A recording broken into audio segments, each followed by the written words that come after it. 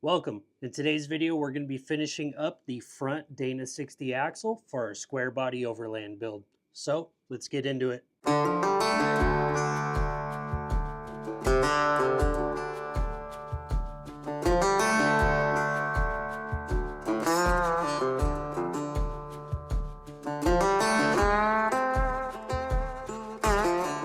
So we have some good progress on the axle so far. We do have the locker, the gears, and the diff cover installed. And then I did install the bearing races for the lower kingpin mounts.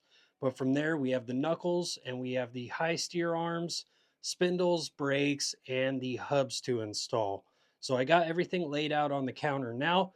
I got everything prepped, cleaned, and good to go. So all we have to do is just start greasing up stuff and bolting it all together. The first step is I need to pack the lower bearings for the kingpins and install the seals right here. All right, we got the lower kingpin bearings in and the seals on. We are good to go with all of that. The next step is we got to get the knuckles on, but I need to get the studs to hold the spindle and the brake bracket on into the knuckles. So before we throw the knuckles on, we will get those studs in there and then start mounting the knuckle up. Well, we got the studs in there, and there is more than enough clearance with the spindles on there and the brake brackets. So I have zero issues with these flats, even with that little bit of thread poking out right there. It is having some come out on the backside, so it goes all the way through the knuckle, and it is red Loctited. So we are good there. Zero issues with clearance or any of that. So now we're going to get these spindles onto the axle. All right, the first step is I'm going to take some grease. I'm going to put it on both of the kingpins. I'm going to get them nice and greased up. And then from there, we could start fitting the knuckle on there. And then I will need to take the lower kingpin itself and put RTV all over it, because the gaskets that came with the kit do not fit my lower kingpin mounts. So I will just put a light layer of RTV on there, and then we could bolt it up, start getting it in place to put in some bushings. All right, got the lower kingpin bushing with some RTV on it. So let's get this knuckle on here. Get over the top there. Drop it down. And then I'm probably going to get RTV all over me. But these mounts, that curved part right there, if you see that, faces out. So that will face out, and I will get that in there in the bottom, and then I could get the bolts started. I'll just get them kind of finger tight to get it in place, and then I'll back out each bolt. I'll blue Loctite it and then get it back in there, and just get them snug, so then we could get the top good to go, and then I will torque everything. All right, just got the bolts finger tight, good to go. I'm going to get the knuckle on the other side and just get those finger tight also. And then I think from there, I might flip the axle over to torque the bottom bolts. Since they are on a bearing, I shouldn't have any issues with moving it back and forth with everything greased like that. So I'll torque the bottom kingpin bolts. And then from there, we could start building the high steer arm and the knuckle up top. The torque spec for the lower kingpin bolts is 80 foot-pounds. So I'll get them snug with a ratchet first and then torque them down to 80.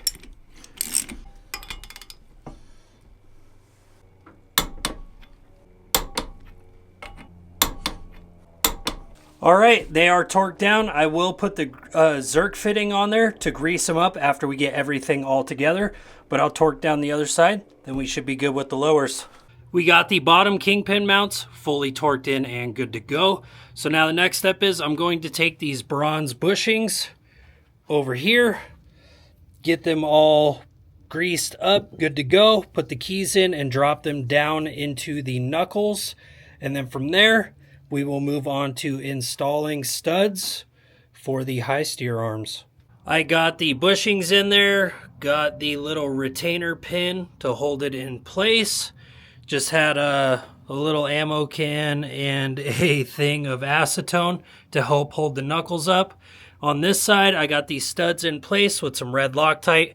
Just got them finger tight, all the way bottomed out, so we should be good to go with these. I will get this side done with the Loctite and the studs, and then from there we will clean off the high steer arms and RTV them and then drop them down in place. I got the studs in the top of the knuckle, Loctited, finger tight, wipe the top of the knuckle, so it is a good surface to RTV to. So what I'm going to do is put a good coat of RTV on each of these high steer arms, and I did go with a springless setup. So with going with the bronze bushings instead of plastic, and then a springless setup instead of the classic kingpin spring, I should eliminate any failures within the knuckle to possibly cause death wobble or anything like that. And with this springless setup, this part just threads into the top with a Zerk fitting on top of that, so I could keep everything nice and greased. But this threads into the top. This is a retainer bolt for that to keep it tight.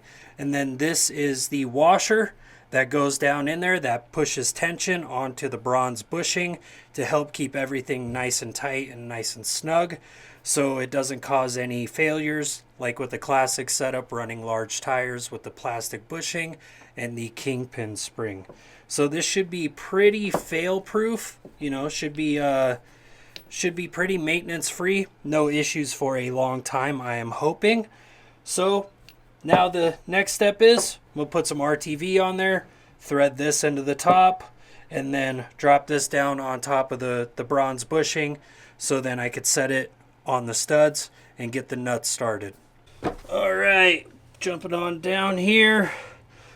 The passenger side is the one with the arm with the two holes because of the drag link going across and then the tie rod across the bottom.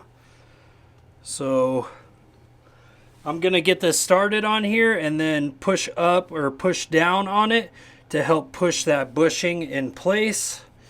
And then with all the grease all over it, that should stick there. All right, got the arm on there, and then now I'm just going to get these cone nuts started to just help hold it in place. I'll torque down these bolts, but I'm not going to tighten this down at all until I can get some play in it, you know, get it snugged up just right with the torque specs of these cone nuts, and then from there I'll get this tight. Both high steer arms are just snugged down using a ratchet. I'm going to give them a few minutes, do their thing with the RTV, and then I will torque them down to the 80 foot-pounds. Then from there, the next step is put in the axle shafts, and then we could start building the spindle. I just wiped the axle shaft, all the dust off of it, got it as clean as possible. Now I got a little bit of grease on a rag. I'm going to grease the axle shaft just to help slide it in there easier, since I do have end tube seals, so it doesn't get caught up and rip the seal or anything like that. So just a light coat I'll put on the axle shaft as I slide it into the housing. Cool, got the axle shaft in there. Make sure it's good and all the way seated. Seems like it is because it is not spinning because of the locker inside of the housing. So I'm gonna grab the other side, wipe the dust off it, get that other one in, and then we could start putting the spindle on. When I first got the axle and I was fully pulling it apart, it was a nightmare to get the spindles off of the knuckles. So they were seized on there. I had to smash on them with a hammer just to break them loose to pull them off. So I'm going to put some anti-seize on the face of each of the spindles, just so if any reason I have to remove them in the future, it should make it a lot easier to remove them. All right, as you can see, the spindle has a light coat of anti-seize on there, and this spindle only goes on one way, so it can't get messed up with getting installed. So you got to kind of just push it on there and then just bring it around until bolt holes start lining up. Nope, that ain't the right way. It's gotta kind of, I think it goes this way. Yep, there we go. Spindle is on. All of these, some of these bolts are just gummed up from the anti-seize, so I'm gonna take a rag and wipe them off, just so we have a good surface to put some blue Loctite as I put on the lock washers and the nut and the brake brackets also. The next thing will be the brake bracket on there, and then from there I'll put the lock washers and the locking nuts on there. And just like the spindle, the brake bracket only goes on a certain way. Those are on there. I will get the other side the same exact way with the spindle and the brake bracket, and then from there we will put on the locking washers and the locking bolts, and then I'll torque them down to whatever the specified foot-pounds is for these bolts to hold it all in place. I got these spindles on, the brake brackets on, everything is torqued down to 65 foot-pounds with the blue Loctite on there. This bad boy's coming together. Got the other side good to go too. So now the next step is right over here. Let's pack some bearings. I already put a little bit of grease on these seals. Now I got to pack the inner and outer bearings for the hubs. I got the first hub here on the counter. So I'm going to pack the rear bearing or the larger bearing, throw it in there, put the seal on, and then we could start putting the hub onto the spindle. So I'll get all 4 bearings packed, but I will throw the larger bearings and bolt the hubs with the seals, so then we can get them bolted up onto the spindles. All right, with getting that spindle smacked on there, I think it's just a tight fit because the bearings. I'm going to get the other side to this same exact point, so then I could throw on a set of gloves and get the bearings in there. And then from there, pull the gloves off and I could get started with the spindle nuts to start holding this thing in place. Then we can start torquing down spindle nuts. All right, got that bearing pushed in place and being held in place on the spindle. Now, I know I'm going to pack some grease in there anyways, but I'll just take this spindle nut and just get it started just to help hold everything in place and it doesn't fall off, you know. I just want to get it bottomed out. I'm not going to torque it or anything for now. I'm just going to get it finger tight just to help hold this spindle in place, and then from there I will torque it down. Alright, that is snug, just finger tight. Put that one back. I'll jump over to the other side and do the same exact thing, and then from there we could start torquing this bad boy down. Throw on some hubs. I'll grease. I'm going to pack a little bit of more grease in there, just a little bit, and then from there put on the spindle nuts and the hubs. Got the hub set up out of the box. Before I get started, I'm going to put a light coating of grease on everything on the hub body, and then I'll come over here to the hub, and I'll do this to both hubs. I'll just put a light coating of grease on the inside splines, maybe a little bit on the axle shaft and everything. Then we could start installing these hubs. With the hub, I got everything greased up and I put in the initial hub assembly, and then there is a large lock ring that goes around here. Got that pressed in to help retain the hub itself. So we'll move on to the next steps and put in the lock ring on the axle shaft, and then from there we should be able to put the face of the hub on. We're going to put the smaller axle shaft lock ring in. Push this bad boy back, get it kind of in place, and then if I can line it up, widen it out, get it on there and just push it in place. Shouldn't have to go too far in there to snap down. All right, there we go. I think it is, yep, it is retained in there on the end of the axle shaft. With that being on the axle shaft there, we are good to go. That is retained. And the next step is put on the cap. As you can see, there's 3 larger splines. So you line it up. And all right, get that smacked in there. Then get the bolts on. And I got an Allen wrench just to get them started. So I will get them started and in place. And then you torque these down to between, I think it said 30 to 40 inch-pounds. So I have my little beam wrench right here that I will torque these down to 30 to 40 inch-pounds. And then we can test it out once I get the other side on and good to go. Well, with having both hubs installed now and fully good to go, there's only one way to test it. They are in free spin at the moment, but I'm going to lock both hubs and then spin the yoke. Since we have the locker and the hubs all locked up, good to go, I'll spin it and let's see if both rotors and hubs spin.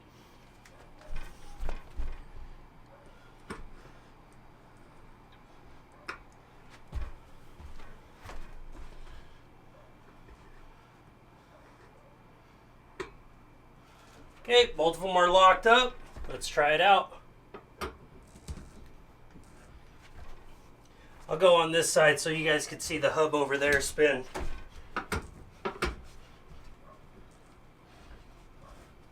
All right, it's spinning, both of them. Spinning and good to go. Now I'll unlock them. I'll unlock each of them and then spin it. Spin the yoke, and then these should not spin at all.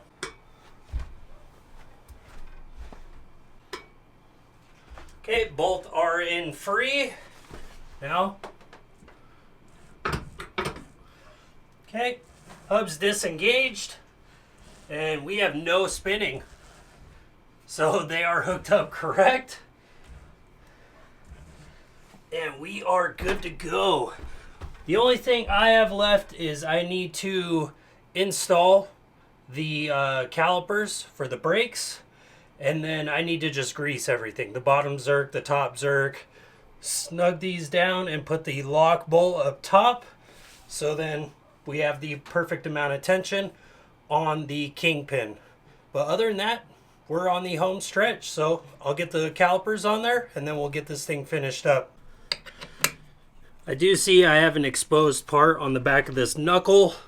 So once I get some of this excess RTV gone, I'll tape off the caliper and tape off the aluminum knuckle.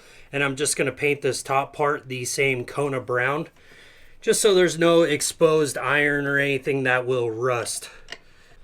All right. These are the same brakes as the 14 bolt also. They share the same pads, same rotors, and the same calipers.